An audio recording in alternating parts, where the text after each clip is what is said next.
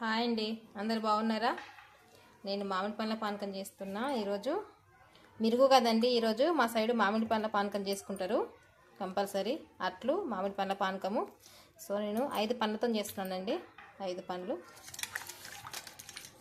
So నేను mixie పట్టకనే చేస్తాను.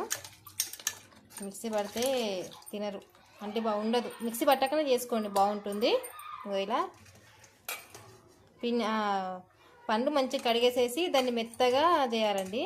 దాన్ని మెత్తగా వేసుకొని పండుని ఇంకా ఇట్లా గుజ్జు మొత్తం తీసుకోవాలి. దీన్ని గుజ్జు మొత్తం తీసేసుకొని ఇక పిక్కలు ఉంటాయి కదండి, వాటర్లో వేసేసి కొంచెం అటు ఇటు అనుకోవాలి. అంటే దీన్ని లిక్విడ్ ఉంటుంది కదా, పిక్కకి పట్టి ఇదంతా తీసేయాలి. ఇలా నేను చూపిస్తాను.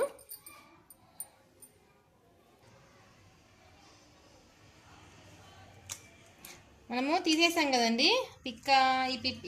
ఇది కూడా తీసేసాను. తీసేసిన తర్వాత పిక్క మంచిగా నీళ్ళలో కలుపుకోవాలి. పిక్కని దీన్ని మంచిగా కలుపుకోవాలి చేత్తోని. గుజ్జు ఉంటుంది కదా, ఈ గుజ్జుని కలుపుకోవాలి. మంచిగా ఇలా కలుపుకున్న తర్వాత ఎక్కువ నీళ్ళు పోయొద్దు, కొన్నే పోయాలి నీళ్ళు. నేను మన నీళ్ళు తాగే గ్లాస్ ఉంటుంది కదా, దానిని పోసాను అంతే. 5 మామిడి పండ్లు,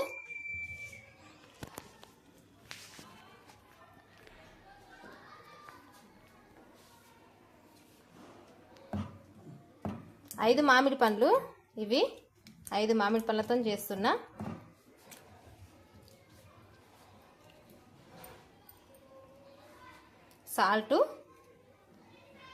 కొంచెం సాల్ట్ వేసుకోవాలి కంపల్సరీ. ఈ గిన్నెడు షుగర్ వేసేసుకొని కలుపుకోవాలి. ఇట్లా ట్రై చేసి చూడండి, బాగుంటుంది.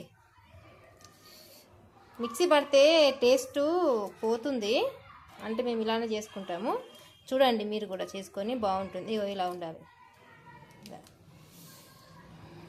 సో ఇది అయిపోయింది. దీన్ని ఫ్రిడ్జ్లో పెట్టేస్తాను అంతే. ఇంకా అట్లు పోస్తాను. అట్లకి పిండి కలుపుతున్నానండి. 2 గ్లాసుల గోధుమ పిండికి 1 గ్లాసు బియ్యం పిండి తీసుకోవాలి. ఇది కొలత.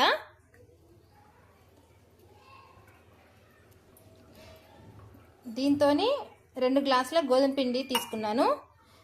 అదే గ్లాస్తోని బియ్యం పిండి. ఉప్పు కొంచెం చిటికెడు ఉప్పు వేసేసి కలుపుకోవాలి. ఇలా కలుపుకోవాలండి. కలిపేసాను, ఇలా ఉండాలి.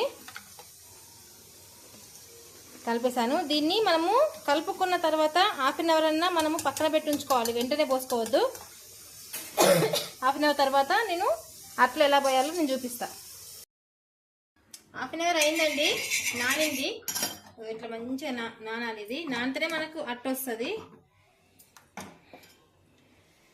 సో మనం స్టవ్ పెట్టుకొని ఆయిల్ రాసుకోవాలి.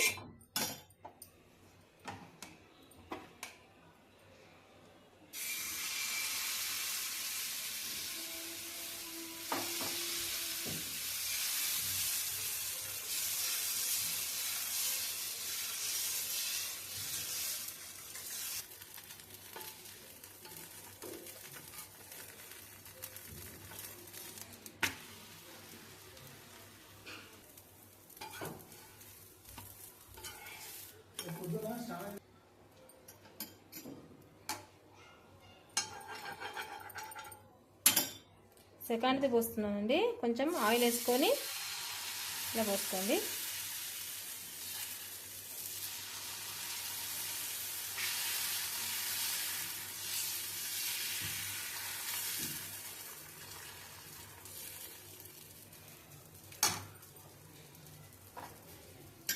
మళ్ళీ పైన కొంచెం ఆయిల్.